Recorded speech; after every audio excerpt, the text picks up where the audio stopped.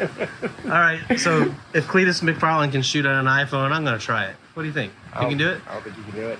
We're going to try it. So, what's going on here today? I got my schematic for the brakes all finished up. Yeah, look at that. This is all basic, you know. Is that CAD cartoon drawing? Mainly cartoon. Cartoon drawing? It's not going to work, but that's just my ideas. You should write Acme on it, and then it'll work. Is that how it works?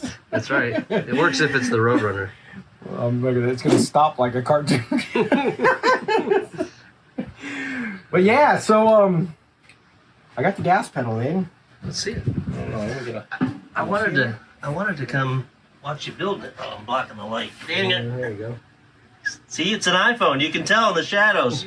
Yeah, that's cool. Get a better shot of that later. Yeah. But I got that, the gas pedal in, so that's pretty sweet. And I don't know if I showed you that. I put cardboard down here on the floor just to mock up the height difference that I wanted to do. It's gonna be something like that. Because it feels so much better when you sit in it now when your legs are able to bend. But yeah, you know, that's like, you know, all 6,000 horsepower right there, dog. that Hemi going, whoo! I was starting to work on the brake pedal stuff. And I got the Hydro Boost. Check this out. This is really cool. This is a Hydro Boost from I don't know. A Chevy truck. Go ahead and say it. That's why it's not working. Not yet. But I made another plate.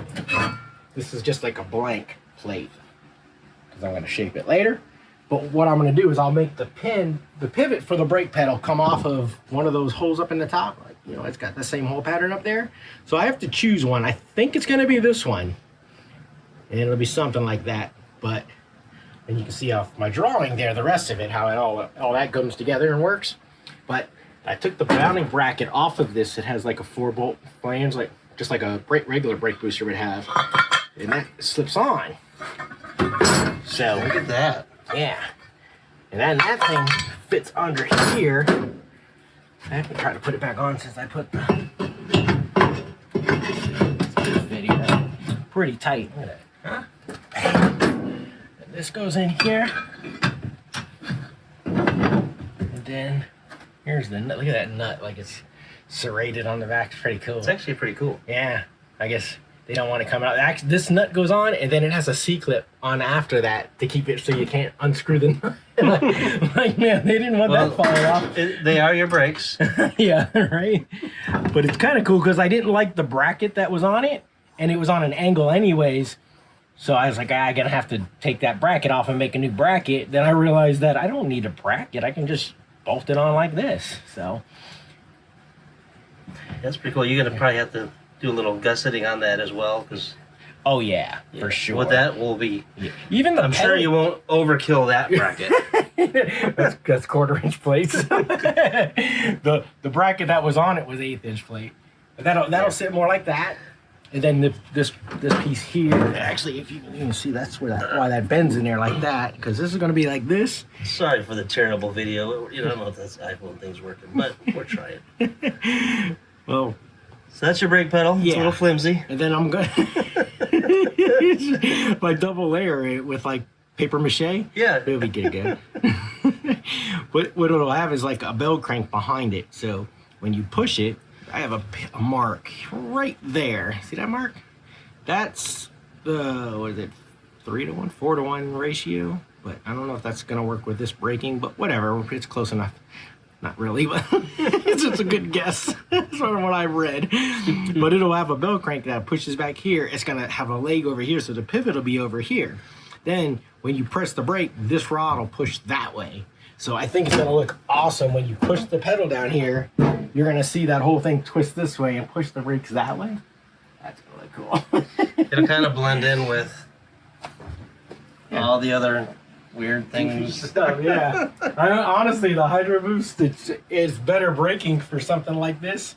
But the main reason I'm using it is because it looks cool. And I never thought they looked cool until like for this application, I feel like this is where it looks cool. But You just never looked under the hood of my truck. It's always open too. No. Oh, hey. Well, but yeah. and some of these canisters or reservoirs on these are actually like a blue anodized. Some of them are, I've seen gold. Like, yeah. That'd be kind of cool. I'm not even opposed to silver, but whatever I get, like, yeah, it can't be just all black. I want it to stick out like that and look nice and clean. That one's yours, obviously, but you took parts out of it, and you don't know what's missing. we don't want to go with that. Yeah, I don't remember what I took out of this one, so we'll just get a new one. We'll just get another one. Skip that whole altogether. But I think it's gonna work cool, and hopefully, if any of you guys have any ideas, I have this idea for this because what I'm worried about with this is running it with the power steering pump. That this is gonna get hot, and you know when I say hot, I mean like 150 degrees is hot. You know, engine temp's 200. So you like when I say a lot of people have told me already, just put a cooler on it. But like a cooler, you know, so it makes it 130 degrees. Even that, it makes it 180 degrees instead of 250 degrees. Yeah. That's still too hot. I'd have to put like a chiller on it. We just drove the Bronco today for the first time, and the power steering was 150 degrees. See that?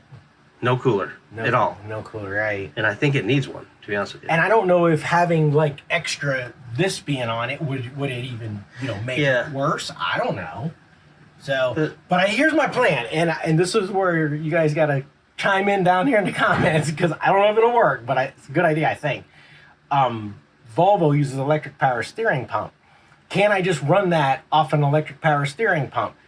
And can I have it set up so, I mean, that accumulator will make it work without it even being on for like 3 times, I think it is. You get one good pump. Say I get one good pump. That's fine, though. But like when you hit the thing, I can have the brake lights turn on, and that turns the power steering pump on, that electric power steering pump. So now it's always being charged again or charged back up. I don't know if it'll feel funny, or we talked about putting a timer in there. Yeah. Maybe so that way, if you're running around town, it's not shutting on and off every time you hit the brakes, Yeah. But like when you're on the highway, it can just shut down, and you're not going to hit it for a while after that anyways. But if I use electric power steering pump, it'll never get hot. We were thinking if this works, and maybe somebody has some ideas, about a minute on the timer. That way, if you're running around town and stoplights and traffic, it won't be shutting on and off so much. But on the highway, if you're you get up on the interstate for a minute, you're cruising. Yeah. You don't need it to run. You don't need it to run anymore, I mean, it could be set for 5 minutes or 10 minutes. I mean, we bought timers that you can literally set for a year from now. Well, you could do it, and maybe by the time this project's done, it'll shut off. It'll shut off then, yeah. So I can set it for whatever seems to work, so it'll be adjustable after the fact if we find, 1 minute isn't long enough. Maybe 5 minutes is where it needs to be, but maybe it doesn't need any. I don't know. I've never done it. I haven't been able to find anything on that doing it this way, but I feel I think it's worth a try. I think it's definitely worth a try.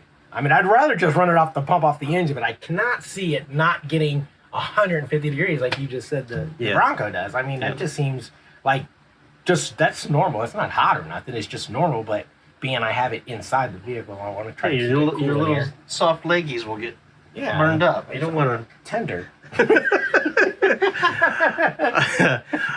All right, this was kind of a bonus video. I actually just come over here to check things out and brought this little iPhone, and there's something right here we're going to show probably in the next video. It's a little change from what originally was planned. You want to see it now? No, I know you want to show it. No, I want to show it. Next video. We'll put out an extra video this week, and we'll show it. Yeah, there you go. All right, yeah, it's really cool. You're going to want to stay tuned for that. Which video's up in the corner there? That's my third favorite. Actually, it's my first favorite again because I like that one the best. Okay. So check out that video. You're gonna love it, and tell your friends. Check out our Amazon links and post some comments on this. So, what you guys think we can do with this? If anybody knows anything about these or at all, even the bore size for the master cylinder, I'm guessing it's from what I'm understanding, it's 1 1/4 or anywhere between 1 1/8 and 1 1/4 is gonna work, and I guess pedal ratio is gonna change for that kind of stuff and.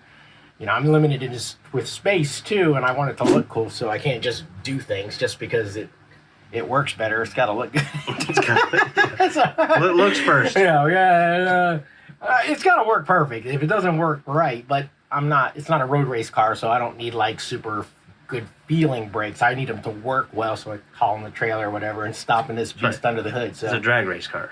It's a drag race RV. That's what the parachutes are going to be for, anyways. Say goodbye. All right. See you. Thanks.